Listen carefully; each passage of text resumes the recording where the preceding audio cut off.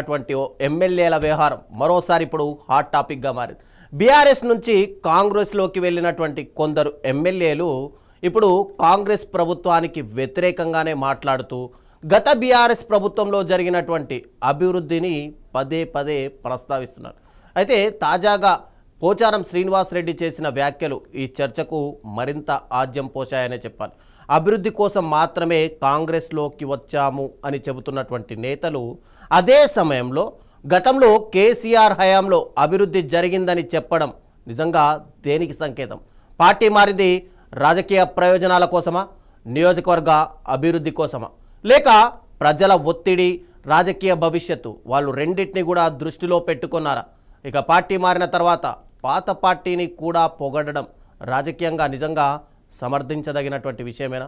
ఇదే అంశానికి సంబంధించి ఈరోజు మనతో పాటు చర్చలో పాల్గొనడానికి కసబా శ్రీనివాసరావు గారు, టీపీసీసీ జనరల్ సెక్రటరీ, ఇక గౌండ్ల నాగేందర్ గౌడ్ గారు, బీఆర్ఎస్ సీనియర్ లీడర్, రాష్ట్ర కార్యదర్శిగా కూడా ఉన్నారు ఆయన.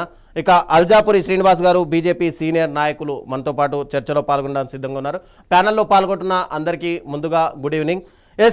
శ్రీనివాసరావు గారు, కసబా శ్రీనివాసరావు గారు, చెప్పండి. పార్టీ మారి ఏదైతే ఫిరాయింపుల కింద 10 మంది ఎమ్మెల్యేలు పార్టీ మారారో, ఆ పార్టీ మారిన తర్వాత 2.5 సంవత్సరాలు మీ పార్టీతో బాగానే ఉన్నారు.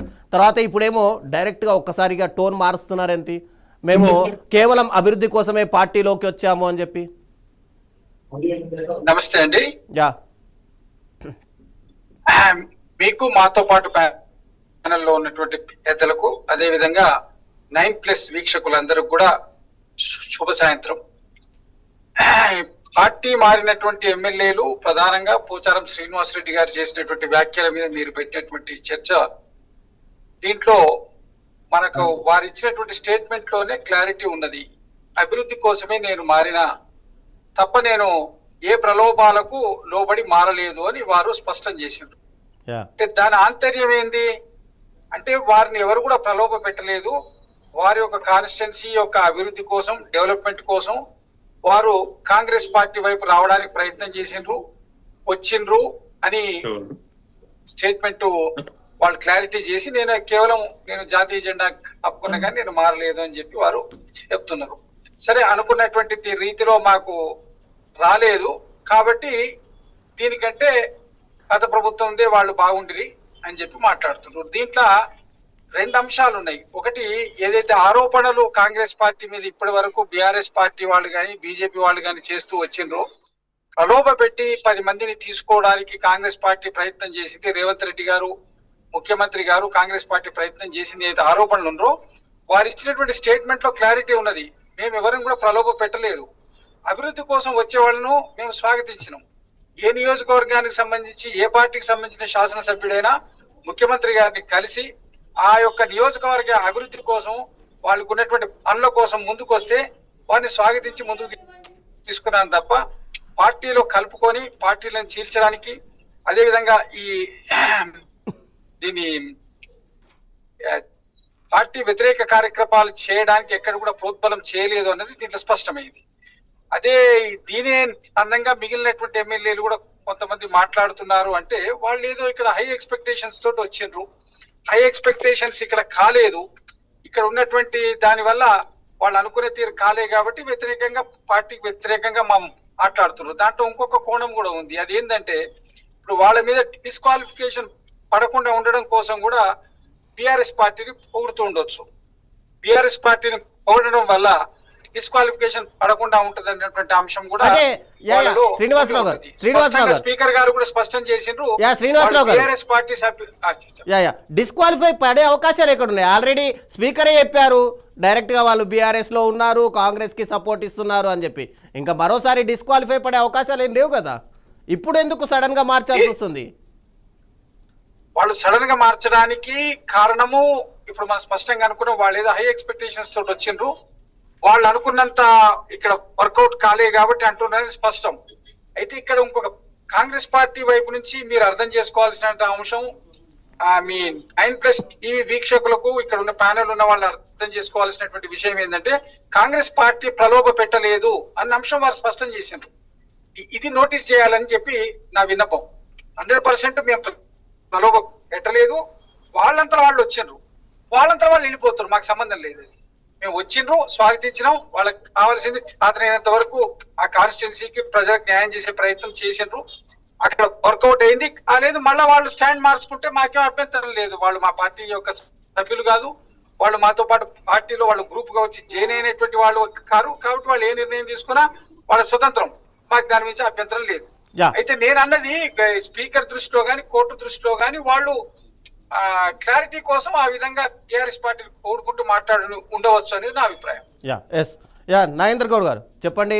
అంటే మీ పార్టీని వద్దనుకున్నారు, అటు కాంగ్రెస్ పార్టీ అధికారంలో ఉంది, అక్కడికి వెళ్తే అభివృద్ధి అనుకోవచ్చు, లేదంటే వాళ్ళకి ఏదైనా మంచి పోర్ట్ఫోలియో ఉంటుంది, ఏదైనా మంత్రి పదవి ఇస్తారనే ఆశతో కూడా వెళ్ళి ఉండవచ్చు, అవకాశాలు ఉన్నాయి. అయితే ఇప్పుడు 2.5 సంవత్సరాల తర్వాత మళ్ళీ వాళ్ళు బీఆర్ఎస్ పార్టీ పైన మాట్లాడుతున్నారు, ఫేవర్గా మాట్లాడుతున్నారు. అంటే మళ్ళీ బీఆర్ఎస్ పార్టీలోకి వచ్చే అవకాశాలు ఏమైనా కనిపిస్తున్నాయా? వస్తే మీరు స్వాగతిస్తారా?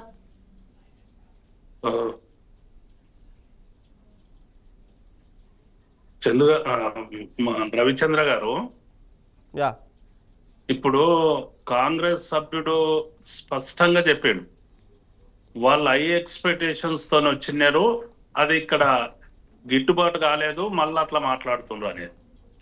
రెండో విషయం ఏంటంటే, వాళ్ళు మా పార్టీలకు వచ్చారు, మేము స్వాగతించినాం, మళ్ళా పార్టీలకు వెళ్ళిపోతున్నారు, పోకోక అంటున్నాడు. అంటే నేను ఒకటి ఏం అడుగుతున్నా అంటే, కాంగ్రెస్ పార్టీ, నేషనల్ కాంగ్రెస్ పార్టీకి ఒక 130-140 ఏళ్ళ చరిత్ర ఉన్నది.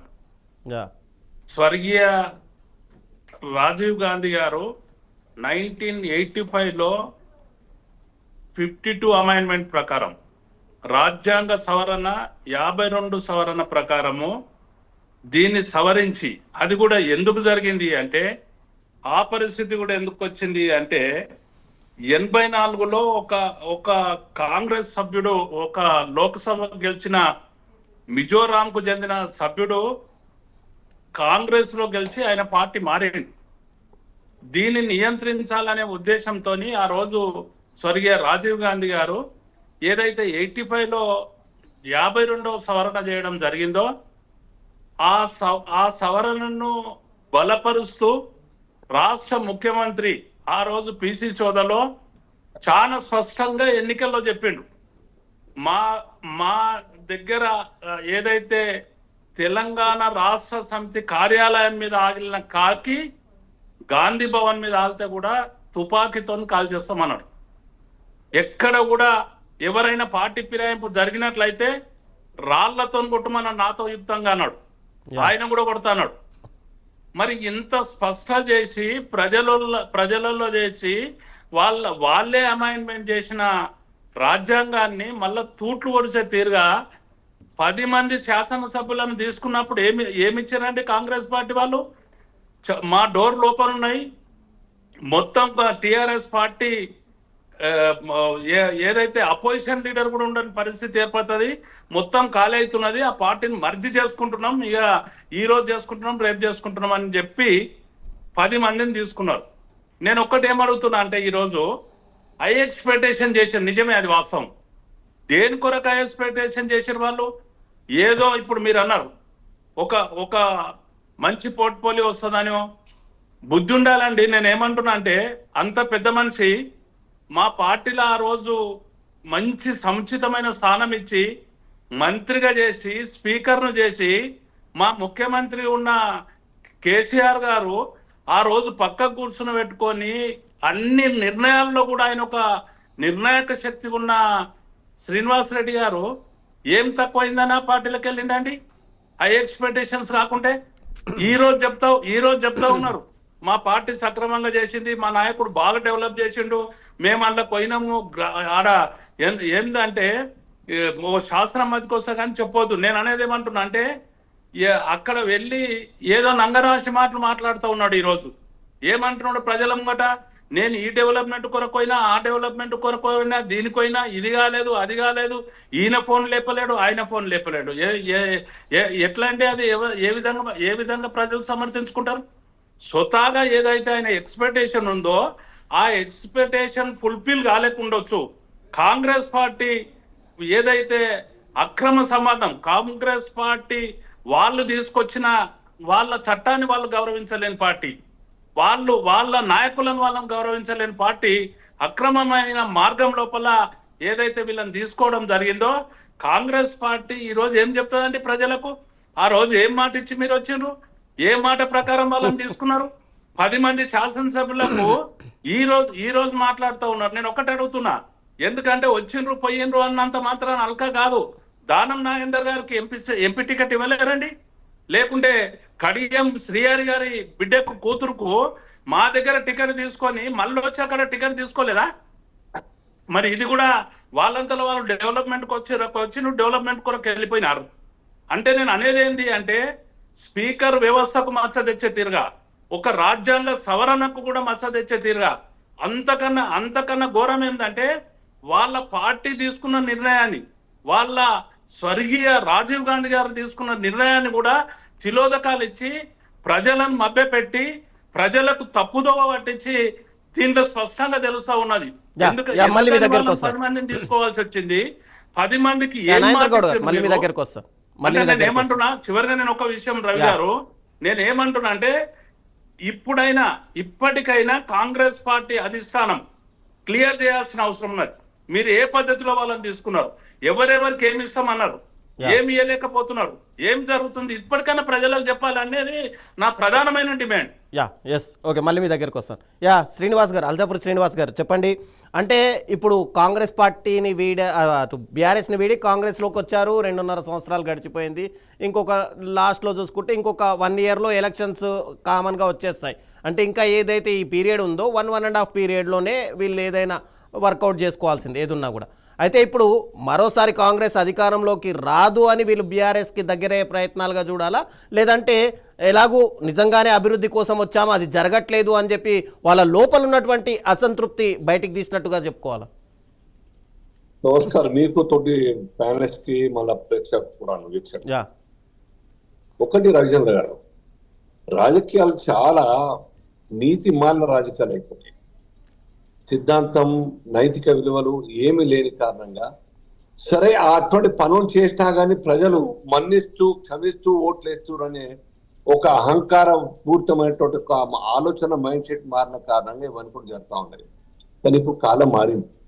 గత కొన్ని ఎన్నికల్లో చూస్తాం మనం ఏ రకంగా పార్టీ మారి స్పాట్ ఇంకో పార్టీలో జంప్ చేసి కాంటెక్ట్ చేసి ఓడిపోవడం చాలా మంది సందర్భాలు చూస్తాం. నేను ఒక అడుగుతా ఉన్నాను, అభివృద్ధి కోసం పోయినాము అని చెప్పేవాళ్ళు ఈ ఎమ్మెల్యేలు, మరి కాంగ్రెస్ పార్టీ వాళ్ళ నాయకత్వం ఖండించాలి. ఆ అభివృద్ధి కోసం ఈ పార్టీ రావాల్సిన అవసరం లేదు. మన గారికి మీ కాన్సెన్స్ అంటే మీకు గెలిపించిన ప్రజలకు మేము గౌరవం ఇస్తాం, ఆ యొక్క అభివృద్ధి కోసం మేము సపోర్ట్ చేస్తామని చెప్తే గౌరవం పెరుగుతుంది. వీళ్ళు యాక్సెప్ట్ చేసి తీసుకుంటారు అంటే కన్వ కప్పడం. అంటే ముఖ్యమంత్రి గారు వేరే పార్టీలో ఉంటే ఏ కోచాన కూడా మేము అభివృద్ధికి నిధులు ఇవ్వం, మీ కాన్స్టిట్యూన్సీకి, ప్రొవైడెడ్ యూ జాయిన్ అస్, మా పార్టీలో జాయిన్ అయితేనే చేస్తామని ఒక తప్పును చెప్పకనే ఒప్పుకున్నట్టు. మరి వీళ్ళు చేరే వాళ్ళు ఏం సమాధానం చెప్పుకుంటారు? వాళ్ళ స్వార్థమని అనుకోవచ్చు కదా. హక్కుగా కాన్స్టిట్యూన్సీ డెవలప్మెంట్ ఫండ్స్ అందరికి రావాలి, లేదా నీడ్ బేస్డ్ కాన్స్టిట్యూన్సీలో జరగాల్సిన పనులకు మీ ఒత్తిడి హౌస్ లో మాట్లాడి, మంత్రులతో మాట్లాడి, ముఖ్యమంత్రితో మాట్లాడి ఒప్పించి తీసుకొస్తే మీ గొప్పతనం ఉంటుండే కాన్స్టిట్యూన్సీలో. మీరు పార్టీ పవర్లోకి దిగిపోగానే వెళ్ళిపోయి ఇంకో పార్టీలో చేరుతా పవర్లోకి వచ్చిన పార్టీలో ఉంటే ప్రజలు స్వార్థం అనుకుంటారు తప్ప మా కాన్స్టిట్యూన్సీ కోసం పోయినారు, డెవలప్మెంట్ కోసం అని చెప్పి ఎవ్వరు కూడా ఆర్జించారు.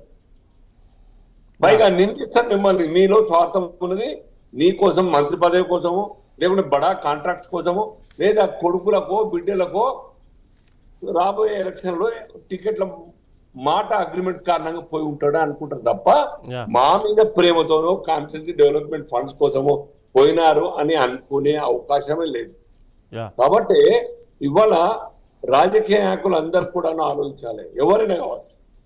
సేమ్ కేసీఆర్ గారు చేసిన తప్పులే కాంగ్రెస్ చేసింది. ఇప్పుడు నాగేందర్ గారు ఉన్నారు, ఏం జాబ్ చెప్పుకుంటారు? మంత్రిగా తెలుగుదేశం నుంచి గెలిచినటువంటి తలసాని శ్రీనివాస్ యాదవ్ ను దానికేం జాబ్ చెప్పుకుంటారు? ఇవాళ నాగేందర్ గౌడ్ గారు అక్కడ గెలిచి ఇక్కడ ఎంపీ కంటెస్ట్ చేశారు, లేదా కడియం శ్రీహరి గారు ఇక్కడ ఎమ్మెల్యే వాళ్ళ కూతురు టికెట్ తీసుకొని మళ్ళా డబ్బులు తీసుకొని చెప్తారు పార్టీలో. డబ్బులు కొట్టిన తర్వాత తిరుగుబాటు చేసి వాళ్ళు వెళ్ళిపోయిన డబ్బులతో సహా మాకు డబ్బులు కూడా వాపస్ చేయలేదు, టికెట్ వాపస్ చేసినప్పుడు అని చెప్పి చెప్తా ఉన్నారు. యా సబ్జెక్ట్ నేను ప్రూవ్ చేయలేను, బట్ తాకట్లో ఉన్నది. యా సో వీళ్ళు ఏం సమాధానం చెప్తారు? ఎస్ ఈ రెండు పార్టీల యొక్క గుణాలు అవే కదా, చరిత్ర అదే కదా. ఎస్ సో ఇవన్నీ కూడా ప్రజలు ఇటువంటి పనులకు హర్షించరు. అభివృద్ధి కోసం మేము ఏమి ఆశ పెట్టకుండా ఏమి ప్రలోభాలకు గురి చేయకుండా తీసుకొచ్చినామంటే అవసరం లేదు, మాకు మెజార్టీ ఉన్నది, మీరు చేరండి, మీరు రాజీనామా చేసి చేరండి, లేదు మీరు అక్కడనే ఉండండి, మేము మీ కాన్స్టిట్యూన్సీ డెవలప్మెంట్ కోసం పనిచేస్తామంటే గౌరవం పెరిగే సర్కార్ కాంగ్రెస్ సర్కార్, యా ప్రత్యేకంగా రేవంత్ రెడ్డి గారు. కానీ ఏమైంది, ఇవాళ చేరి కూడా చేరలేదని చెప్పేసి అబద్ధం మాటలు, రిటర్న్ అఫిడవిట్లు స్పీకర్ దగ్గర, కోర్టులో, సుప్రీంకోర్టు దాకా మేము చేరలేదని చెప్పి కాన్స్టిట్యూన్సీ పోయి ఏం చెప్పుకుంటారు? వాళ్ళ ఆఫీస్లో ముఖ్యమంత్రి ఫోటో, సోనియా గాంధీ ఫోటో, కాంగ్రెస్ చేతి గుర్తు అవన్నీ ఉంటాయి, అయినా మేము చేరలేదు. యా ఇది ఎంత హాస్యాస్పదమైనటువంటి ఒక రోల్ వాళ్ళది. ప్రజల దగ్గర అబద్ధాలు చెప్పడం, కోర్టులో ఇంకో రకంగా చెప్పడం. ఇవాళ ఏమైంది, ఆఖరు న్యూనతాభావం వచ్చేసింది వీళ్ళలో, చాలా చురుకరైపోయినారు. అటు కావాలని కాంగ్రెస్ సర్కార్, కాంగ్రెస్ పార్టీ వీళ్ళను కించెత్తు కూడా కదరివ్వని కారణంగా ఎస్ ఆత్మను తప్పుకొని ఉండలేని పరిస్థితి, లేచి రిసీవ్ చేసుకునే పరిస్థితి లేదు. ఈ అధికారి ఒక ఎస్ఐఓ సిఓ చెప్తే వినే పరిస్థితి లేరు. మంత్రులకు ఫోన్ చేస్తే ఎత్తలేరని చెప్పి వారే ఒప్పుకున్నారు. యా యా మళ్ళీ మీ దగ్గరకు వస్తాం. యా మళ్ళీ మీ దగ్గరకు వస్తాం. యా ఒక ఫండ్ ఇచ్చింది లేదు. ఇటువంటి పరిస్థితిలో ఇప్పటికన్నా కానీ తప్పిదం జరిగింది, ఇక ముందు ఎటువంటి పార్టీలు మారను అని ప్రజల దగ్గర పోయి క్షమాపణ కోరి మీరు సిద్ధాంతంతో మీ యొక్క క్యారెక్టర్ కాపాడుకొని రాజకీయాలు ఉంటారా, ప్రజలు క్షమిస్తారు. ఓట్లు ఎవరికి చేస్తారు తర్వాత మాట. ఇప్పటికైనా రాజకీయాలు మార్పు కోసం ప్రయత్నం చేయాలని కోరుతా ఉన్నా. ఎస్ యా యా కసబ శ్రీనివాస్ గారు, అంటే ఇక్కడ ముఖ్యంగా చూసుకుంటే రాహుల్ గాంధీ గారు అటు పూర్తిగా రాజ్యాంగాన్ని చేతిలో పట్టుకొని ప్రతి రాష్ట్రం కూడా తిరుగుతూ ఎక్కడా కూడా మరి పార్టీ ఫిరాయింపులు ఉండకూడదు అని చెప్పి పదే పదే చెప్పారు. తర్వాత అంతకుముందు ఎలక్షన్స్ ముందు కూడా ఘర్ వాపసీ అని చెప్పి కాంగ్రెస్ ప్రభుత్వం అట్టహాసంగా ఒక కార్యక్రమం కూడా చేసింది. అప్పుడు రాని నాయకుల్ని తర్వాత కాంగ్రెస్ పార్టీలోకి ఎందుకు ఆహ్వానించాల్సి వచ్చింది? ఎందుకు ముఖ్యమంత్రి డైరెక్ట్గా కండువాలు కప్పాల్సి వచ్చింది?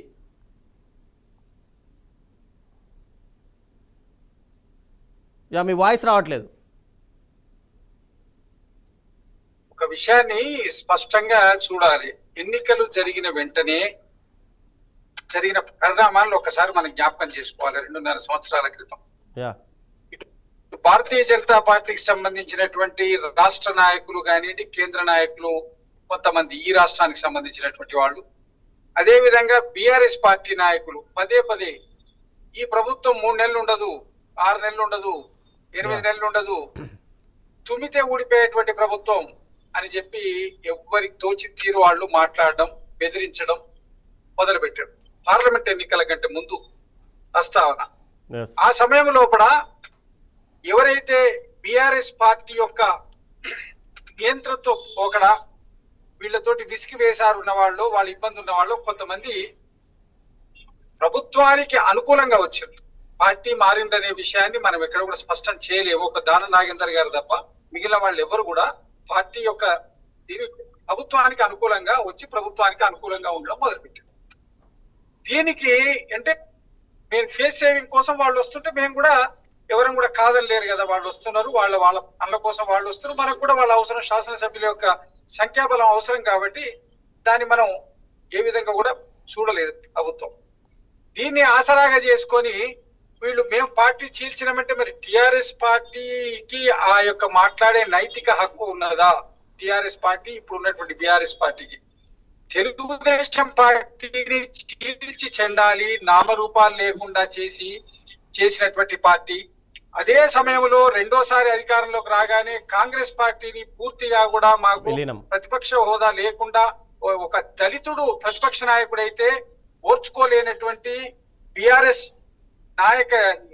అగ్రనాయక శ్రేణి పూర్తిగా కూడా ఉన్న సభ్యులందరినీ తీసుకొని పార్టీలో కలుపుకున్నారు. ఇంతకుముందు అల్దాపూర్ శ్రీనివాస్ గారు క్లియర్ గా చెప్పారు, మన తలసాని శ్రీనివాస్ యాదవ్ గారు తెలుగుదేశం పార్టీ నుంచి గెలిచి ఉన్నటువంటి వ్యక్తిని ఇంకా అప్పటి వరకు ఇంకా పార్టీ విలీనం కాకముందే ఆయనకు మంత్రి పదవి ఇచ్చిండ్రు. మరి ఇవన్నీ చేసినటువంటి వాళ్ళు వీటిని అడిగే నైతిక హక్కు ఉన్నది అసలు వాళ్ళకు? ఇక్కడ ఇప్పుడు ఉన్న సభ్యులు స్పష్టంగా చెప్తున్నారు మేము చేరలేదని చెప్తున్నారు. ఇప్పుడు శ్రీనివాస్ రెడ్డి గారు ఇచ్చిన స్టేట్మెంటే కానీ మిగిలిన సభ్యులు ఇచ్చిన స్టేట్మెంట్ కూడా ఎక్కడో మేము పార్టీలో చేరలేదు, మా యొక్క నియోజకవర్గాల అభివృద్ధి కోసం మేము పార్టీతో ప్రభుత్వంతో అనుసంధానంలో ఉన్నామని చెప్తున్నారు. ప్రభుత్వంతో అనుసంధానంలో ఏ పార్టీ యొక్క నాయకులు ఉండడంలో కూడా తప్పలేదు. వైఎస్ రాజశేఖర రెడ్డి గారు ముఖ్యమంత్రి ఉన్నప్పుడు నేను స్వయంగా చూసిన సిపిఐ, సిపిఎం, తెలుగుదేశం సంబంధించిన బీజేపీ సంబంధించిన నాయకులందరూ కూడా వచ్చి రెగ్యులర్ గా వాళ్ళకి నియోజకవర్గాలకు సంబంధించినటువంటి అభివృద్ధి పనులు, సంక్షేమ కార్యక్రమాలు పూర్తిగా తీసుకొని లేవారు.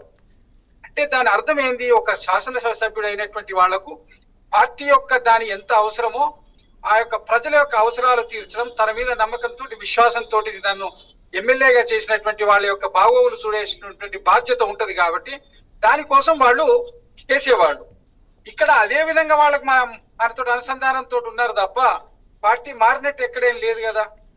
ఉన్న తర్వాత మరి బీఆర్ఎస్ పార్టీ వైపు వాళ్ళు ఎందుకు మాట్లాడుతున్నారు అంటే వాళ్ళ వ్యక్తిగత విషయం. వాళ్ళ పార్టీ నుంచి తెలిసింటూ వాళ్ళకి అభిమానం ఉండొచ్చు, ప్రేమ ఉండొచ్చు, ఇంకో రకం ఇంకేదైనా ఉండొచ్చు, వాళ్ళ అవసరం ఉండొచ్చు, మనకు సంబంధం లేదు.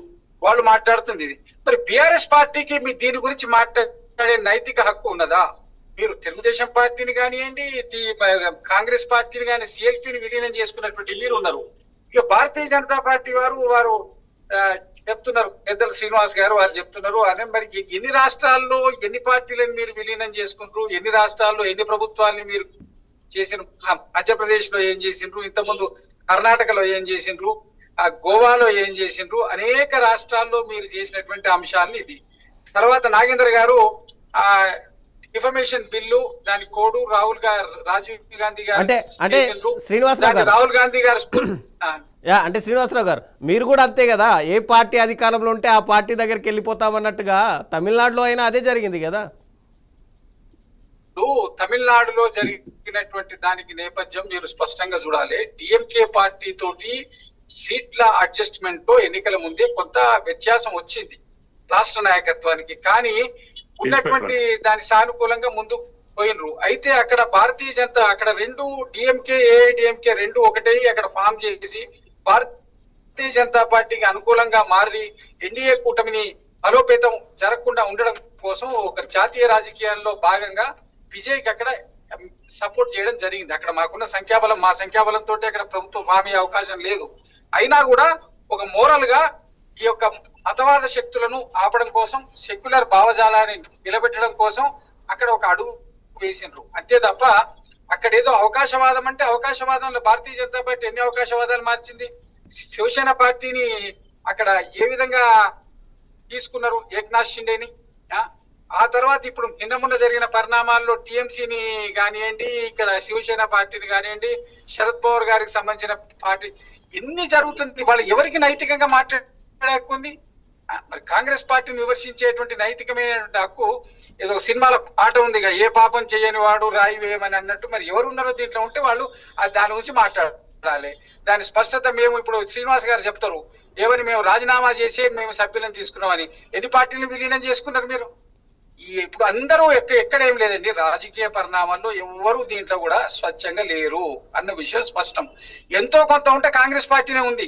ప్రజాస్వామ్యబద్ధంగా, జాతీయబద్ధంగా ఉన్నదంటే కాంగ్రెస్ పార్టీ. ఇవాళ దేశభక్తి గురించి భారతీయ జనతా పార్టీ చెప్తుంది. అసలు దేశ స్వతంత్ర పోరాటంలో చరిత్ర లేనటువంటి పార్టీ దేశభక్తి గురించి పాఠాలు చెప్తుంది. మరి మేము దేశ స్వతంత్రం కోసము, దేశం కోసం పూర్తి కుటుంబాలు, ఆస్తులు త్యాగం చేసినటువంటి వాళ్ళు ఏం మాట్లాడతలేరు. కానీ మరి అంటే దేశభక్తి పేరుతోటి కోట్లు వందల కోట్లు, వేల కోట్లు సంపాదించుకుంటున్న వాళ్ళు శ్రీనివాసరావు గారు అంటే శ్రీనివాసరావు గారు అంటే స్వతంత్రం కోసం పోరాడిన పార్టీలే కానీ అక్కడ ఉన్నప్పుడు ఉన్న పార్టీలే మాట్లాడాలా ఏంటి? అంటే తర్వాత ఏ కొత్త పార్టీలు రాకూడదా? అట్లా లేదండి. నేను అనేది స్వతంత్ర పోరాట సమయంలో జనసంఘ్ రూపంలో కానివ్వండి, హిందూ మహాసభ రూపంలో కానివ్వండి, భారతీయ జనతా పార్టీ అంతకుముందు ఉన్నది. ఇప్పుడు బీఆర్ఎస్ పార్టీ స్వతంత్ర పోరాటం లేదంటే అనడానికి మనకు ఆస్కారం లేదు. ఇంకొక పార్టీ జనతాదళ పార్టీ లేదంటే అనడానికి లేదు. అప్పుడు దానికి రూపాంతరం. కానీ భారతీయ జనతా పార్టీకి మూలాలు అయితే ఉన్నటువంటి అంతకుముందు జనసంఘ్, అంతకుముందు ఉన్నటువంటి హిందూ మహాసభ అని ఉండేది.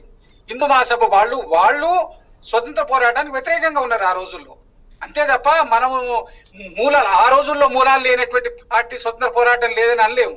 కమ్యూనిస్టు ఉద్యమాలు కూడా తర్వాత వచ్చినాయి. స్వతంత్ర పోరాటం కూడా కమ్యూనిస్టు ఉద్యమాలు లేవు, ఆ తర్వాత ఏర్పడ్డాయి కమ్యూనిస్టు ఉద్యమాలు. అంటే స్వతంత్ర పోరాట సమయంలో ఉన్న కొద్దిగా అటు ఇటుగా ఉన్నాయి. కానీ హిందూ మహాసభ అంత ముందు నుంచి ఉంది, కాంగ్రెస్ తోటి కలిసి పనిచేసింది. స్వతంత్ర పోరాట కొంతకాలం తర్వాత విభేదించి వాళ్ళు పక్కకు పోయినరు. అందుకోసం ఇప్పుడు సరే వాళ్ళ భావజాలాన్ని విమర్శ అంటలేను. దేశభక్తి గురించి మాట్లాడేటప్పుడు దేశ స్వతంత్రం కోసం పోరాడి దేశం కోసమే సర్వస్వం అర్పించినటువంటి అనేక మంది త్యాగదనులు ఉన్నటువంటి కాంగ్రెస్ పార్టీని విమర్శించుకుంటూ దేశభక్తి గురించి మాట్లాడుతున్నారు. అట్లనే ఇప్పుడు డిఫమేషన్ లా గురించి కూడా మాట్లాడడంలో డిఫమేషన్ బిల్ తెచ్చింది రాజీవ్ గాంధీ గారని ఇప్పుడు నాగేందర్ గారే చెప్తున్నారు. నేను చెప్పాల్సిన అవసరం లేదు, వారే చెప్తున్నారు. ఇంక్లూడింగ్ సెక్షన్ ఆయన కోడ్ చేస్తుంటున్నారు. మేము దానికి వ్యతిరేకము.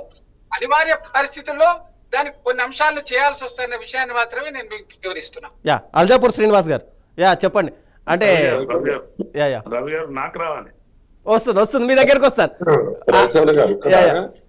మన కాంగ్రెస్ సీనన్న నేను క్లారిఫికేషన్ ఇస్తున్నాను.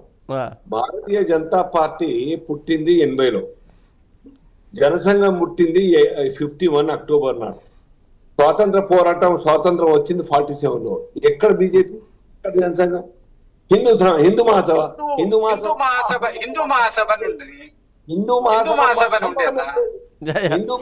మాకు సంబంధం మూలాలు అక్కడి నుంచే కదా. కాదు. రెండవది, మేము అందరు ఎమ్మెల్యేని ఎంపీని చేసుకున్నాం. బట్ యాంటీ డిఫెక్షన్ లా కట్టాడు కాకుండా వాళ్ళు 2/3 తోని బయటకు వచ్చిన వాళ్ళే పార్టీలు చేరినారు. కొందరు ఎన్డీఏకి సపోర్ట్ చేసి సెపరేట్ గ్రూప్ ఫామ్ అయ్యి, లేదా మా పార్టీలో చేరాలే మాకు సంఖ్యాబలం లేదు అంటే రాజీనామా చేసి కాంటెస్ట్ చేసినాం. మేము అట్లా చేయలేదు. మీలాగా అయరాం గాయరాం అనే మాట ఎక్కడి నుంచి వచ్చింది? ఇప్పటిదాకా ఇప్పుడు ప్రజెంట్ సిచ్యువేషన్ కూడా Congress party following same policy. కాబట్టి ఎథిక్స్, మొరాలిటీ రాజకీయాల్లో పాటిస్తారు అంటే కేవలం భారతీయ జనతా పార్టీ మాత్రమే. ఉన్నట్టుగా మీకు ఖచ్చితంగా మాట్లాడుతున్నాం. మాకు చెప్పండి, ఈ తెలంగాణ రాజకీయాల్లో, ఆంధ్రప్రదేశ్ రాజకీయాలు చూపెట్టండి. అవిభక్త రాష్ట్రంలో కాంగ్రెస్ పార్టీకి ఈ మాటలన్నీ కూడా బీఆర్ఎస్ చేసిన ఆరోపణలు అప్లై అవుతాయి. బీఆర్ఎస్ మీద ఆరోపణలు చేసిన నేనైనా మీరైనా అన్ని బీఆర్ఎస్ కి అప్లై అవుతాయి. మా మీద చూపెట్టండి మాకు ఇక్కడ. కాబట్టి ఇవన్నీ కూడా గమనిస్తున్నారు జనాలు. ప్రజలు ఎక్కడ ఏ రకంగా ఎప్పుడు బుద్ధి చెప్పాలో ఓటర్గా వారి యొక్క బాధను గుర్తెరిగి బుద్ధి చెప్పే టైం వస్తుంది. దేర్ హోగా మీకు అందేర్నే ఆలస్యం అవుతుండొచ్చు, మొత్తంగా కూడా కాకుండా ఉండదు, మార్పు రాకుండా ఉండదు. మార్పు వస్తున్నది. దేశంలో అనేక రాష్ట్రాల్లో భారతీయ జనతా పార్టీ రాజకీయాల పట్ల అర్థం చేసుకొని ఎటువంటి యొక్క ప్రలోభాలు లేకుండా, డబ్బు ప్రధానం లేకుండా ప్రజలు బీజేపీ ఓటేస్తున్న సంగతి కళ్ళ ముందర చూస్తా ఉన్నాం. బీజేపీ ఒరిస్సాలో పెద్దగా లీడర్షిప్ లేదు, అక్కడ బీజేపీ వచ్చింది. పశ్చిమ బెంగాల్లో పెద్దగా లీడర్షిప్ లేకుండా నిన్నదాకా బీజేపీ పవర్ తప్పింది వాటితోని. నార్త్ ఈస్ట్ స్టేట్ లో బీజేపీ కనుపూర్లో కూడా కనబడేది కాదు. వాలంటీర్గా వాళ్ళు జాయిన్ అవుతా ఉన్నారు, కాంటాక్ట్ చేస్తా ఉన్నారు, గెలుస్తా ఉన్నారు. కొందరు పార్టీని మార్చుకుంటా ఉన్నారు, కన్వర్ట్ అవుతా ఉన్నారు, మా పార్టీలో జాయిన్ అవుతున్నారు. కాబట్టి మీరు పాటించండి. గొప్పగా కాంగ్రెస్ పార్టీ 140 సంవత్సరాల పార్టీ అని చెప్పుకోవడం ఒకటే కాదు. ఎథిక్స్, వాల్యూస్, ఈ దేశం గురించి పాజిటివ్ గా ఆలోచించేటువంటి ఆలోచనను డెవలప్ చేసుకోండి. అది క్షీణిస్తా ఉన్నది డే బై డే. ఉప ప్రాంతీయ పార్టీగా, ప్రాంతీయ పార్టీ కూడా కాదు, ఉప ప్రాంతీయ పార్టీ కన్నా చిన్న స్థాయిలో కాంగ్రెస్ పార్టీ దిగారండి. పశ్చిమ బెంగాల్లో 30-40 ఏళ్ళ కాంగ్రెస్ పార్టీ లేదు, తమిళనాడులో 40 సంవత్సరాల కాంగ్రెస్ పార్టీ లేదు, యూపీలో 40 సంవత్సరాల నుంచి 30 సంవత్సరాలు కాంగ్రెస్ పార్టీ లేదు. ఏ రాష్ట్రంలో ఉన్న చెప్పండి. ఒకసారి పవర్ పోయిన తర్వాత కాంగ్రెస్ పార్టీ ఆ రాష్ట్రంలో మళ్ళా ఎమర్జ్ కావడం లేదు, అర్థం చేసుకోరు. అలాగే బీఆర్ఎస్ నెత్తినెక్కించుకుంటారండి. బీఆర్ఎస్ కూడా చేయని పాపాలు చేసింది. పాలనలో కొన్ని కాంగ్రెస్ కు భిన్నంగా, గతంలోని తెలుగుదేశంకు భిన్నంగా కొన్ని పనిచేసి ఉండవచ్చు. బట్ వాళ్ళలో కూడా మైనస్ పాయింట్లు గుర్తించారు. కాబట్టి ప్రజలు డబ్బులు తీసుకొని, లేదా పెన్షన్ తీసుకొని, రైతు బంధు తీసుకొని, గ్రామీణ ప్రాంతాల్లో రైతులు మొత్తం కూడా లాభపడి కూడా they did not vote for BRS. కారణం ఓకే వాళ్ళ అహంకార ధోరణి, శ్రీనివాస్ గారు మళ్ళీ వస్తారు. రాకపోవడం, కుటుంబ పాలన, ఇవన్నీ కారణాలు. ఎస్ ఇవన్నీ మాకు అప్లై కావు. మళ్ళీ మీ దగ్గరకు వస్తాం. నాగేంద్ర గౌడ్ గారు, అంటే మొదట ఈ ఫిరాయింపులను తీసుకొచ్చిందే కేసీఆర్ కదా. ఎందుకంటే 2014 చూసుకుంటే మనము ఒక్కసారి తెలుగుదేశం పార్టీలో ఉన్నటువంటి ఎమ్మెల్యేలందరూ కూడా బీఆర్ఎస్లో జాయిన్ అయిపోయారు, పార్టీయే లేకుండా కనుమరుగయ్యేలాగా తీసుకొచ్చారు. తర్వాత కాంగ్రెస్కి సంబంధించి కూడా గతంలో పూర్తిగా విలీనం తీసుకొచ్చే సిచ్యువేషన్ కూడా తీసుకొచ్చారు అటు బీఆర్ఎస్లోకి. ఇప్పుడు మళ్ళీ మీరే మీ వైపు నుంచి 10 మంది ఎమ్మెల్యేలు వెళ్ళగానే పూర్తిగా ఫిరాయించేశారు, తల్లిపాలు దాగి రొమ్ము గుద్దారు అని చెప్పి పదే పదే బయటకు వచ్చి మాట్లాడుతున్నారు. అయితే ఏదైతే మనం స్టార్ట్ చేశామో అదే తిరిగి వస్తుంది అనడానికి ఇది రీజన్ చెప్పుకోవచ్చా? రవి గారు, చరిత్ర తూడిచేయబడదు. నేను అనేది ఏంటంటే, నేను అందుకే ముందు కోడ్ చేసిన 135 ఏళ్ళ చరిత్ర కలిగిన కాంగ్రెస్ పార్టీ అని చెప్పుకునేటోడు. అయితే ఇప్పుడు అల్జపూర్ సినాన్ అన్నాడు, అయారాం గయారాం వచ్చింది కూడా 1967లో హర్యానాకు చెందిన ఒక ఎమ్మెల్యే, అంటే గయాలాల్ ఆయన పేరు. గయాలాల్ అనేటి వ్యక్తి పార్టీ ఫిరాయించినప్పుడు అక్కడ స్టార్ట్ అయింది ఏంటంటే గయాలాం అనేది స్టార్ట్ అయ్యింది. అంటే నేను ఇది చెప్పడానికి కారణం కూడా ఏంటంటే, ఈ పార్టీ ఫిరాయింపు బిల్లు ఎప్పుడైతే తీసుకొచ్చిండ్రో ఫస్ట్ డిస్క్వాలిఫై అయింది కూడా కాంగ్రెస్ పార్టీకి చెందిన వాళ్ళండి. పార్టీ మళ్ళా ఏంటంటే అప్పుడు కూడా ఏంటంటే 84లో మిజోరాంలో ఒక ఎంపీ, లోక్సభకి ఎలక్ట్ అయిన ఎంపీ లాల్ దుహోమా అనేట పార్టీ మార్చాడు. ఆయననే పార్టీ ఫిరాయింపు 85లో తీసుకొచ్చినాక, పార్టీ ఫిరాయింపు చట్టం వచ్చినాక ఆయనను పార్టీ అదే డిస్క్వాలిఫై చేసిన పరిస్థితి మనం చూసినాం. ఒకటి. రెండోది, నేను ఏమంటున్నా అంటే, పార్టీ ఫిరాయింపు బిల్లు తెచ్చింది వాళ్ళే. పార్టీ ఫిరాయింపు బిల్లును మళ్ళా 2003లో ఏదైతే అటల్ బిహారీ వాజ్పేయి గారి ప్రభుత్వం లోపల ఇంకా పటిష్టంగా చేయాలి అనేది చెప్పేసేసి 1/3 ఉన్న దాన్ని 2/3 కూడా తీసుకొచ్చి పటిష్టంగా చేయాలని చెప్పి భారతీయ జనతా పార్టీ. కానీ మొదలు తిలోదకాలు ఇచ్చింది కాంగ్రెస్ పార్టీనండి. ఇలా కాంగ్రెస్ పార్టీ ఫస్ట్ ఈ పార్టీ ఫిరాయింపు బిల్లును ఉల్లంఘన చేసింది. మనం ఇప్పుడు సినాన చెప్తున్నాడు టిఆర్ఎస్ పార్టీకి మాట్లాడే అర్హత లేదని.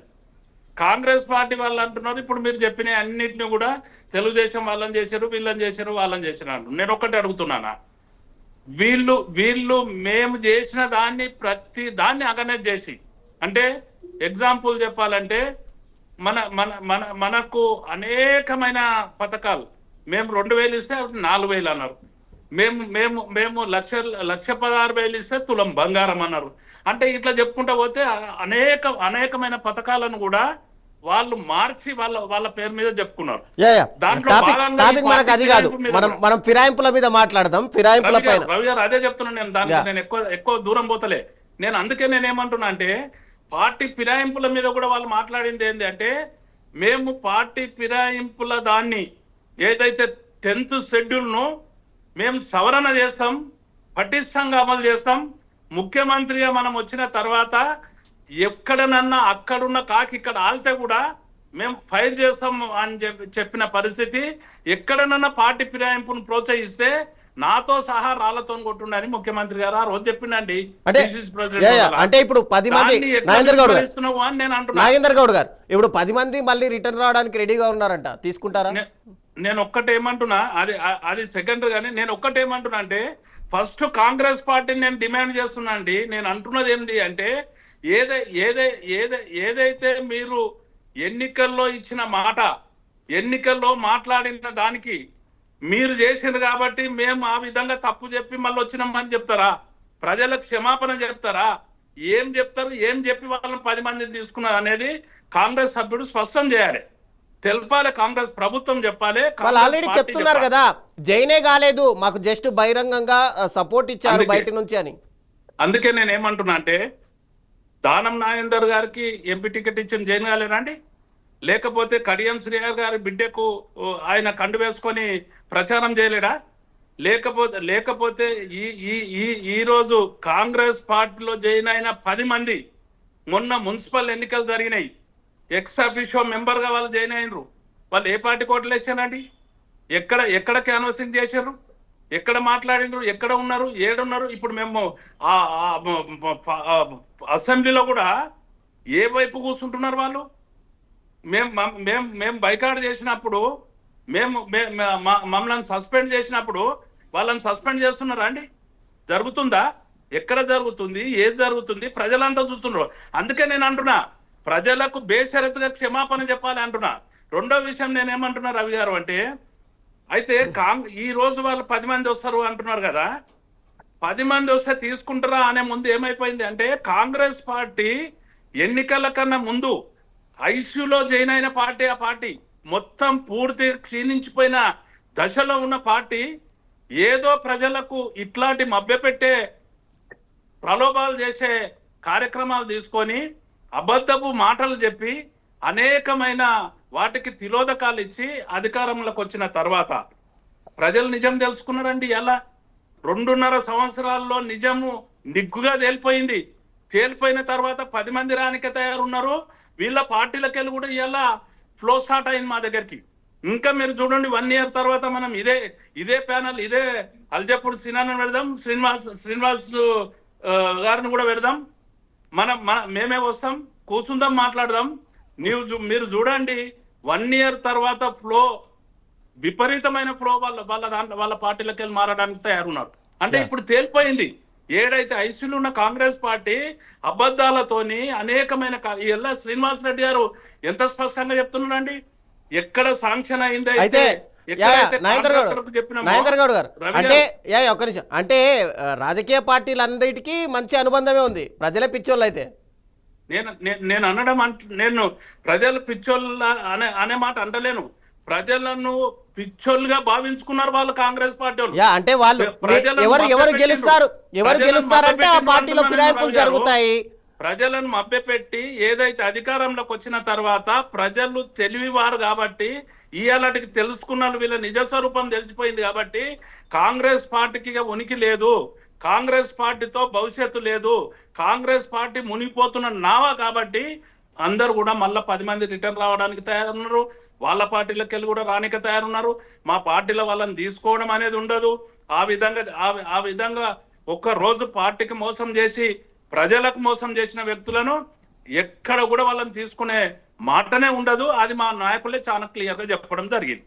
అందుకు నేను ఇంకోటి కూడా నేను అంటున్నది ఏంటంటే, అభివృద్ధి పేరు మీద ఏదైతే మాట్లాడుతూ ఉన్నారో వాళ్ళ పార్టీ నాయకులు మాట్లాడుతున్నారు కదండి, వాళ్ళ పార్టీ శాసనసభ్యులు కూడా మాట్లాడుతున్నారు.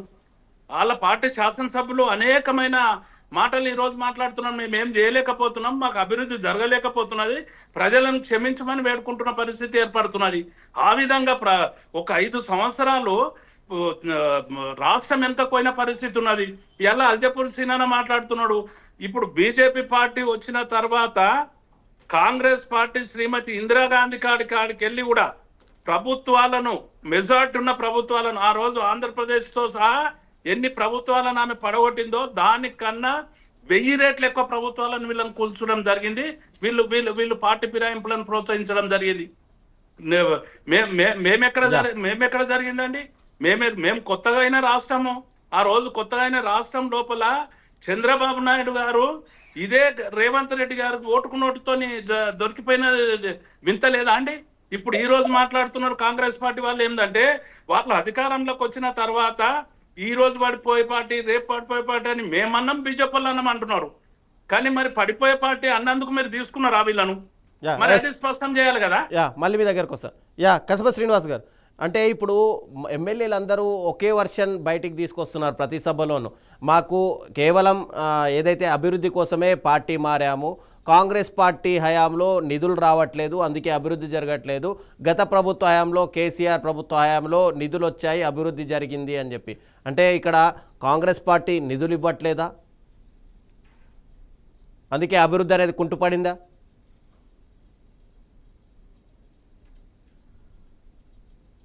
కసబ శ్రీనివాస్ గారు. ఓకే. అల్జాపూరి శ్రీనివాస్ గారు చెప్పండి. అంటే గతంలో ఏదైతే బీఆర్ఎస్ నుంచి కాంగ్రెస్కి వలసలు జరిగాయో, కాంగ్రెస్ నుంచి బీఆర్ఎస్కి వలసలు జరిగాయి, తర్వాత ఇప్పుడు రాబోయే రోజుల్లో ఆ రెండు పార్టీల నుంచి కూడా బీజేపీలోకి వలసలు వస్తే స్వాగతిస్తున్నారా? ఓ ఎవరైనా రావచ్చు పొలిటికల్ పార్టీ అంటే గెలిచాక గెలిచిన తర్వాత కాదు, ఎన్నికలకు ముందు ఎవరైనా రావచ్చు. పార్టీలు మారేటువంటి స్వేచ్ఛ ఉన్నది, డెమోక్రటిక్ రైట్ ఉన్నది. కానీ ఈ రకంగా ఒక పార్టీ గెలిచిన తర్వాత ఇంకో పార్టీ పోవడం మంచిది కాదు, వెన్ను పొడిచి మంచిది కాదు. యాంటీ డిఫెక్షన్ లాకు అట్రాక్ట్ కాకుండా ఆ 2/3 ఉంటే వేరే విషయం. కానీ ఇక్కడ జరుగుతలేదు. మీరు వస్తేనే నిధులు ఇస్తాం, మీరు వస్తే పదవి ఇస్తాం, మీరు వస్తే ఇంకా డబ్బు ఇస్తాం. గవర్నమెంట్ నిధులు వేరు, లంచం రూపాయల డబ్బులు వేరు. ఇది ఎక్కడి, ఇదేం ప్రజాస్వామ్యం? ఎవరికి ఆదర్శం? ఆ సంజయ్ గారు ఉన్నారు, డాక్టర్ జగిత్యాల, వేల మందికి మంచి పేషెంట్, మంచి డాక్టర్గా పేరు ఉన్నది కంటి దవాఖాన. అంత చదువుకున్నాడు. ఆ రకంగా ఇంట్లో సోనియా గాంధీ, రేవంత్ రెడ్డి బొమ్మ పెట్టుకుంటాడు. ఇక్కడ అఫిడవిట్ లో నేను కాంగ్రెస్ లో చేరలేదు అంటాడు. వీళ్ళందరూ అంతే కదా. కాబట్టి ఇది కల్చర్ మంచిది కాదు. దీన్ని పూర్తిగా పరిసమాప్తం చేయాలి. దానికి ప్రజలే అంకురార్పణ, ప్రజలే ముందుకు రావాలి.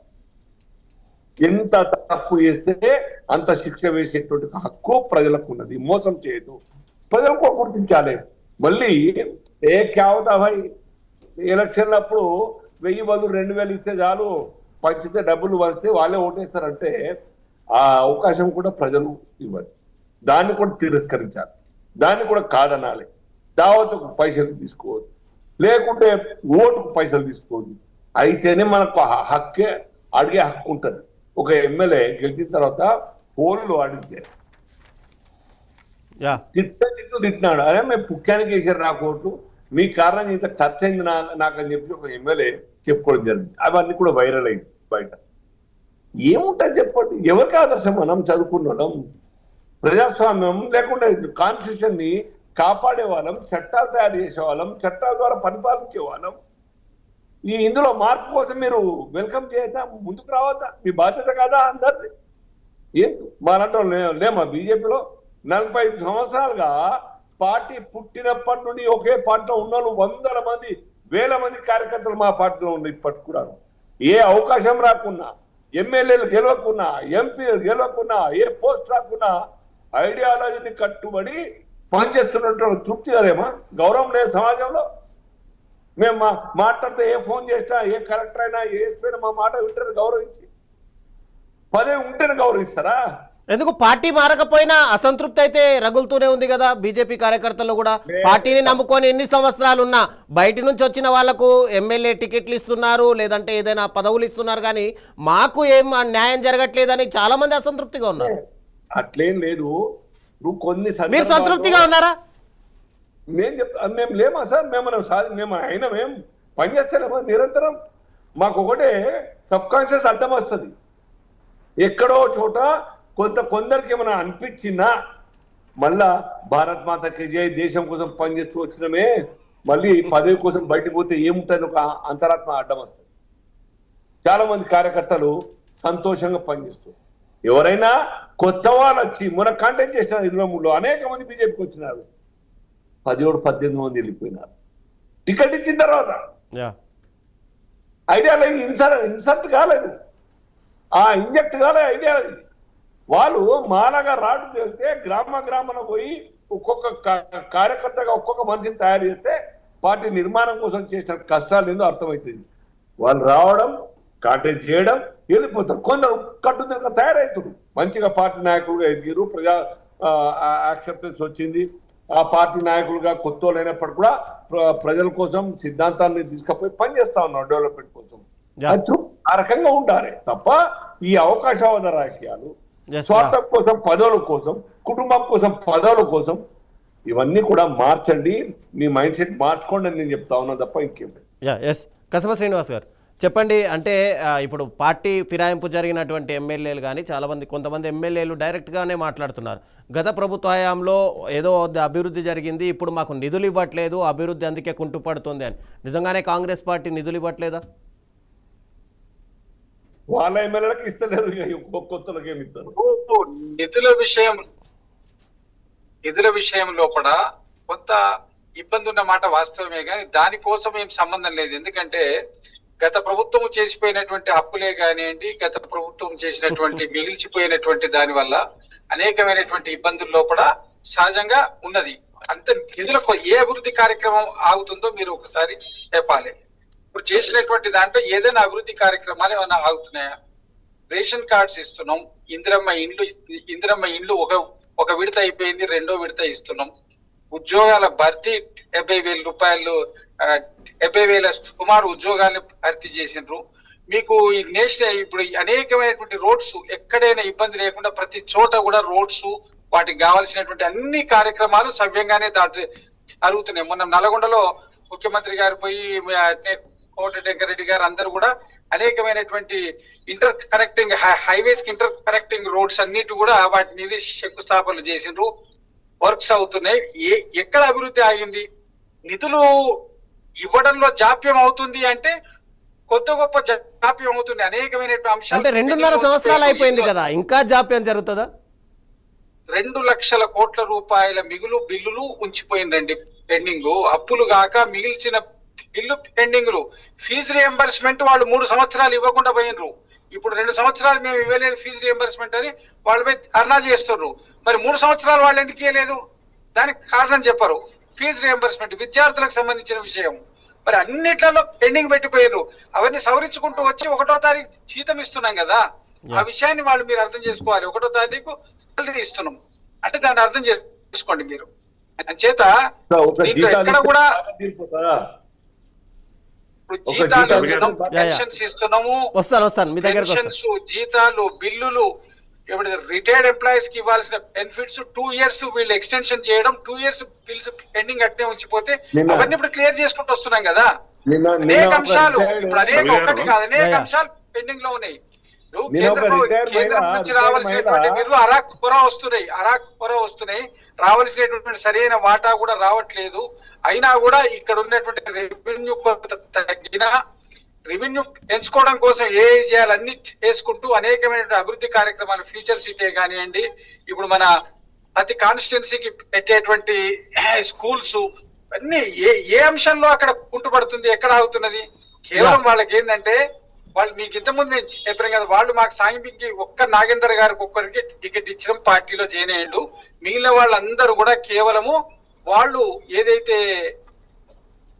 ఏదో వాళ్ళ ఎక్స్పెక్టేషన్, వాళ్ళు ఒక గ్రూప్ వచ్చి చేరుతానుకుని మరి మేము ఎంకరేజ్ చేయలే కదా. ఇంతకుముందు మీరు చూసుకుంటూ ఈ పార్టీని ఆ పార్టీని అందరినీ కూడా మనకు కలిపే ప్రయత్నం చేసిండ్రు. మరి ఇప్పుడు నాగేందర్ గారు మాట్లాడుతూ ఇంతకుముందు ఏమన్నారు? మేము రేవంత్ రెడ్డి గారు అన్నారు మేము ఎవరిని ఎవరిని చేసుకోలేదు. నాగేందర్ గారు అంటే మా పార్టీ నుంచి వెళ్ళిపోయిన ఆయన్ని మళ్ళీ మా పార్టీలో చేరిండు. కానీ మిగిలిన వాళ్ళు ఎవరిని కాంగ్రెస్ పార్టీలో చేరలేదు కదా. వాళ్ళు సపోర్టివ్ గా గవర్నమెంట్ కు శ్రీనివాసరావు గారు అంటే ఇందాక మనకు పోచారం శ్రీనివాసరెడ్డి గారు చెప్పినట్టుగా జస్ట్ జాతీయ కండువాలు కప్పారు అంతే కదా సీఎం? జాతీయ కండువాలు వారే చెప్పారు కదా, మేము చెప్పాలి. అదే అంటే జాతీయ కండువాలు కప్పారు, ఓన్లీ కాంగ్రెస్ కండువాలు కాదు. మాజీ మంత్రి, senior legislative, X minister, X speaker, ఆయన్నే చెప్తున్నాడు. ఇక మళ్ళీ మేము దానికి ప్రత్యేకంగా చెప్పేది ఏముంది? జాతీయ చెప్తున్నాడు కదా. ఎమ్మెల్యేల ఆఫీస్ లో రేవంత్ రెడ్డి గారి ఫోటో ఎందుకు? సోనియా గాంధీ కాంగ్రెస్ సపోర్ట్ చేసి తిరగడం ఏంది? అంటే ముఖ్యమంత్రి మీద అభిమానంతో పెట్టుకున్నారు. ముఖ్యమంత్రి ఉంచవచ్చు కదండి. ఇప్పుడు ముఖ్యమంత్రి గారు ఉన్నప్పుడు ముఖ్యమంత్రి ఫోటో అన్ని ప్రభుత్వ కార్యాలయాల్లో, ఎమ్మెల్యే క్యాంప్ ఆఫీసుల్లో అంతటా పెట్టుకోవాలి. ఇప్పుడు ఎమ్మెల్యే క్యాంప్ ఆఫీసులు ఏర్పడ్డాయి. అంతకుముందు డాక్ బంగ్లాలు ఉండేది కదా, ఇంతకుముందు guest house, R&B guest house అన్నిట్లలో అప్పుడు ఉన్నటువంటి ప్రజెంట్ ముఖ్యమంత్రి ఫోటోలు ఉండవా? అంతే కదా అది. Yeah, yeah, yeah. దాంట్లో పెద్ద ఆశ్చర్యకరమైన విషయం లేదు. వాళ్ళు పార్టీలో చేరలేదని చెప్తున్నాం, మేము చేర్చుకోలేదని చెప్తున్నాం. ఇక దీంట్లో ఉన్నటువంటి స్పష్టత ఏమన్నా చెప్పండి. క్లారిటీగా ఉన్నారు. వాళ్ళు చేరలేదని చెప్తున్నారు, మేము చేస్తలేదని రవి గారు, చెప్తున్నాం. రవి గారు. వాళ్ళు యా, యా, స్పష్టత చెప్తున్నారు. వస్తాను. దాని గురించి ఉన్నది ఏముంది ఇబ్బంది? Yeah, okay, right. ఒక ఎక్సెప్ట్ నాగేందర్ గారు ఎవరు ఇంకేం లేదు కదా కంక్లూడ్ చేసేద్దాం. అయితే ఇక్కడ ఒక పార్టీ వాళ్ళకి ఇద్దరికి టైం ఇచ్చినావు, మీకు ఇస్తున్నాను, మీకు కూడా ఇస్తున్నాను. నేను క్లారిఫై చేయాలి. యా, మీకు క్లారిఫై చేసి కన్క్లూడ్ చేసేసేయండి. ఒక పార్టీలో ఒక పార్టీలో శ్రీనివాస్ రెడ్డి గారేమో మహేందర్ గౌడ్ గారు ఒక్క నిమిషం, జాతీయ జెండా కలుపుకున్న 3 రంగుల జెండా అన్నాడు. యా, ముఖ్యమంత్రి గారి దగ్గరికి వెళ్ళి ఏమన్నారు, స్పీకర్ దగ్గరికి వెళ్ళి ఏంటంటే ఆ కండువా అనేది దేవుని దగ్గరికి వెళ్ళి తెచ్చిన కండువా, అది కప్పినమన్నారు. ఇక దేవుని కండువానా 3 రంగుల కండువానా ప్రజలు చూస్తారు, అది ఒకటి. రెండవది ఏమంటున్నాడు అంటే అప్పులు చేసినందుకు కొంత ఇబ్బంది ఉన్నది అంటున్నాడు. అప్పులు చేసి మేము ఏం చేసినాం అంటే వాళ్ళు పరిపాలన చేస్తున్న సెక్రటరియట్ ను చేసినాం, వాళ్ళు ఇయ్యాల పరిపాలన చేస్తున్న కలెక్టర్ ఆఫీసులను చేసినాం, ఎన్నో ఇరిగేషన్ ప్రాజెక్టులు చేసినాం, అన్ని పెన్షన్లు ఇచ్చినాం, అనేకమైన పథకాలు ఇచ్చినాం. వాళ్ళు ఇప్పుడే కొడుతున్న రైతు బంధు ఎగొట్టకుండా ఇచ్చినాం, అనేకమైన కార్యక్రమాలు వాళ్ళు ఇచ్చినాం, వాళ్ళు అప్పులు చేసినామని ముఖ్యమంత్రి గారు స్వయాన నిండు సభలో చెప్పిండు. మరి ఏం పథకాలు చేపడుతున్నారు, ఏం చేస్తున్నారు అనేది చెప్పడంలో వాళ్ళు విఫలమవుతున్నారు. ఒకటి. రెండో విషయం నేను ఏమంటున్నాను అంటే వీళ్ళు ఎందుకు వెళ్తున్నారు అని అంటే వీళ్ళు ఇంకో విషయం కూడా ఏమైతుంది అంటే స్వయాన ఈ మీ టీవీ ద్వారా కూడా, ఈ ఛానల్ ద్వారా కూడా అబద్ధం ఆడుతున్నారు. ఒక్క నాగేందర్ గారు తప్పిస్తే వేరే వాళ్ళు ఎవరు ఇది కాలే. ముఖ్యమంత్రి గారు కండవలు కప్పిండు కదండి అందరికి. ముఖ్యమంత్రి గారు కప్పిన కండవల్లో వీళ్ళు పార్టీ మీటింగ్లు అటెండ్ అయ్యినరు, గాంధీ భవన్ కి అటెండ్ అయ్యినరు. ఇదంతా కాకుండా కూడా వాళ్ళ ఇన్ఛార్జ్ గారు నటరాజన్ గారు చాలా క్లియర్ గా ఒక డిసిషన్ వాళ్ళ పార్టీ పరంగా వాళ్ళు డిసిషన్ తీసుకుంది ఏంటంటే ఇప్పుడు వచ్చిన వాళ్లకు మంత్రి పదవులు ఇవ్వకూడదు, ఇప్పుడు వచ్చిన వాళ్లకు పదవులు ఇవ్వద్దు, ఇప్పుడు జాయిన్ అవుతున్న వాళ్లకు ఏదైతే మార్కెట్ కమిటీలు ఉన్నాయో ఎలాంటి పదవులు ఇవ్వద్దు అన్నప్పుడు వీళ్ళకు ఉల్టా స్టార్ట్ అయిపోయింది. ఎవరికి కూడా వాళ్ళకి పదవులు వచ్చే మాట లేదు, వాళ్ళు మాట్లాడిన ప్యాకేజీలు వాళ్ళకు వచ్చే మాట లేదు. కాబట్టి వాళ్ళు రిటర్న్ అవుతున్న పరిస్థితి ఉన్నది. అంతకన్నా ఎక్కువ ఏంటంటే పార్టీ పోతున్నది, పార్టీ అంతరించిపోతున్నది. కాబట్టి ఆ విధంగా జరిగిన పరిస్థితి ఉంది, వేరే పరిస్థితి లేదు. రాబోయేది గవర్నమెంట్ ఎన్ని రకాలుగా చూసుకున్నా కూడా కేసీఆర్ గారు మళ్ళా ముఖ్యమంత్రి కాబోతా ఉన్నాడు.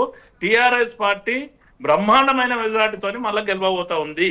Right. Yeah, yes, Aljapur Srinivas గారు చెప్పండి. అంటే ఒక పార్టీలో గెలిచి ఇంకో పార్టీలోకి వెళ్ళిపోయిన వారు, యా కసబ శ్రీనివాస్ గారు, యా ఒక పార్టీలో గెలిచి మరో పార్టీలోకి వెళ్ళిన వాళ్ళు అంటే ప్రజలు ఎంతో నమ్మకంతో ఓట్లు వేస్తారు కదా, ప్రజల్ని ఓటర్లని మోసం చేసినట్టు కదా శ్రీనివాసరావు గారు? హలో, యా, నన్నే కదా మిమ్మరే సార్. ఇప్పుడు ఒక పార్టీలో గెలిచినటువంటి వారు వేరే పార్టీలోకి పోకూడదు అనేది నైతికత ప్రజాస్వామ్యంలో సహజంగా అందరము కోరుకొని స్వాగతించేటువంటి విషయం. ఇంతకుముందు పెద్దలు అల్దాపూర్ శ్రీనివాస్ గారు కూడా చెప్పారు, ఓటరు ప్రలోభ పడకుండా ఉండాలని అందరూ స్వాగతిస్తారు, దాన్ని ఎవరూ కాదని అంటలేవు. ఆ విలువల కోసం అన్ని పార్టీలు పనిచేయాలి. ఎందుకంటే ఒక్కసారి తెలంగాణ రాష్ట్రం ఏర్పడ్డ తర్వాత కేసీఆర్ గారు చేసినటువంటి ఒక తప్పటడుగు అనేకమైనటువంటి అవాంతరాలు జరగడానికి కారణమైంది. వారు ఎప్పుడైతే వేరే పార్టీలను చీల్చడం, వాళ్ళు బలోపేతం కావాలని ఒకటోసారి రెండోసారి ప్రయత్నం చేశారు, మూడోసారి వాళ్ళు ఎమ్మెల్యేలు బయటకు వచ్చి వాళ్ళ లాభాలు వెతుకునేటువంటి ప్రక్రియలో పడ్డారు. కాబట్టి ఈ అంశాన్ని గమనించి అన్ని రాజకీయ పార్టీలు, నేను ఒక సామాన్య పౌరుడిగా చెప్తున్న, ఒక పార్టీ నేతృత్వం, అన్ని రాజకీయ పార్టీల వాళ్ళు కూడా నైతిక విలువలను పాటిస్తూ ఏ పార్టీలో గెలిచినటువంటి వాళ్ళు ఆ పార్టీలో ఉండడానికి ప్రయత్నం చేయడం, అదే పార్టీలో కంటిన్యూ అవ్వడం, వెళ్ళిపోదలుచుకుంటే రాజీనామా చేసి పోవాలనేటువంటి పద్ధతి అందరం కూడా స్వాగతించాల్సినటువంటి విషయం. కాకపోతే ఇది ఉన్నటువంటి మూల నాయకత్వాల లోపల ఒక్కసారి కేసీఆర్ గారు కనుక తెలంగాణ రాష్ట్రం వచ్చిన తర్వాత ఆ ప్రక్రియ చేపట్టి ఉండకపోయి ఉంటే ఇవాళ మనం చర్చించేటువంటి అవకాశం ఉండేది కాదు. కాబట్టి ఎవరు చేసినా అది తప్పే. కాకపోతే మేము చేర్చుకోలేదు, ఇక్కడ మేము కమిట్ చేసేది నేను సీరియస్ గా నేను చెప్తున్నా, ఎక్సెప్ట్ నాగేందర్ గారు, మిగిలిన వాళ్ళు ఎవరు కూడా పార్టీలో సీరియస్ గా చేరలేదు. కాబట్టి దీని మీద కాన్ఫ్లిక్ట్ ఇంతకంటే ఎక్కువ వేరే ఏం లేదు. Yeah. ఎవరు చేసినా పొరపాటు అనేది నేను కమిట్ చేస్తున్నా. రవి గారు, నేను ముందే ఎవరు కూడా ఈ స్పష్టంగా చెప్పిన, విధమైనటువంటి వాడిని ప్రోత్సహించు. నేను ముందు స్పష్టంగా చెప్పిన వాళ్ళు ఎన్నిసార్లు చేర్చుకున్నారు, మీరు కూడా ఒప్పుకోండి. మీరు కూడా ఒప్పుకోండి. మీరు చట్టం కేసీఆర్ గారు చేసిన అనే పొరపాటును చెప్పిన. ఒప్పుకోండి. మీరు ఇప్పుడు తెలంగాణ కేసీఆర్ వచ్చినాక గారు కాదన్నా, చేసిన జరిగిన పొరపాటును తెలంగాణ ఒప్పుకోండి. వచ్చినాక కాదు. నేను ఇంకొక విషయం ఏమంటున్నాను అంటే, వీళ్ళు ఇవ్వడానికంట ఏం చెప్పిండు శ్రీనివాస్ గారు అంటే, ఈ రిటైర్డ్ అయిన ఉద్యోగులకు 2 ఏళ్లు పెంచినాం కాబట్టి వాళ్ళకి సర్దనం లోపల రిటైర్డ్ అయిన ఉద్యోగులు గోసపడుతుండ్రన్న ఒక దిక్కు, వాళ్ళకు రావాల్సిన బెనిఫిట్స్ ఏవి కూడా రాక సెక్రటరేట్ చుట్టూ తిరిగి, ఫైనాన్స్ డిపార్ట్మెంట్ తిరిగి, వాళ్ళు అనేక కష్టాలు పడి పర్సెంటేజ్లు ఇస్తున్న పరిస్థితి ఉన్నది. మనం ఎంత ఘోరంగా ఉన్నది అంటే అంత ఘోరంగా ఉన్నది. ఇక నిరుద్యోగులు నిరుద్యోగ 2 లక్షల ఉద్యోగాలు అన్నారు సీనన్న, 2 లక్షల ఉద్యోగాలు అన్నారు. 2 లక్షల ఉద్యోగాలు ఉన్న సర్వనామంలో ఏం నోటు చేసాము, ఏం లాఠీ చార్జీ, 150 పోస్టులు హైదరాబాద్ చూపించేసి దాని మీద లాఠీ చార్జ్ చేస్తారండి. Yes okay. డిబేట్లో పాల్గొన్నందుకు అందరికీ ధన్యవాదాలు. Thank you very much. పార్టీలు అనేవి మారవచ్చు, రాజకీయ సమీకరణాలు కూడా మారవచ్చు, కానీ ప్రజలు వేసిన ఓటు మాత్రం ఎప్పటికీ కూడా మారదు. అభివృద్ధి కోసం పార్టీ మారామని చెప్పే నేతలు తమ నిర్ణయానికి ప్రజల ముందు ఖచ్చితంగా పూర్తి సమాధానం చెప్పాల్సిన అవసరం మాత్రం ఉంటుంది. కేసీఆర్ హయాంలో అభివృద్ధి జరిగిందని చెప్పేవారు మరి కాంగ్రెస్లోకి ఎందుకు వెళ్ళారు? కాంగ్రెస్లోకి వెళ్ళడం సరైన నిర్ణయం అని చెప్పే వాళ్ళు ఎవరైతే ఉన్నారో మరి గత ప్రభుత్వాన్ని ఇప్పుడు ఎందుకు ప్రశంసిస్తున్నారు? ఇది నియోజకవర్గ అభివృద్ధి కోసం జరిగిన ఒక రాజకీయ నిర్ణయమా, లేక అధికారానికి అనుగుణంగా మారుతున్న రాజకీయ వైఖరి? సమాధానం చెప్పాల్సింది నేతలు మాత్రమే కాదు, రాబోయే ఎన్నికల్లో ప్రజలు కూడా తమ ఓటుతో వీటన్నిటికీ కూడా సమాధానం చెప్తారు.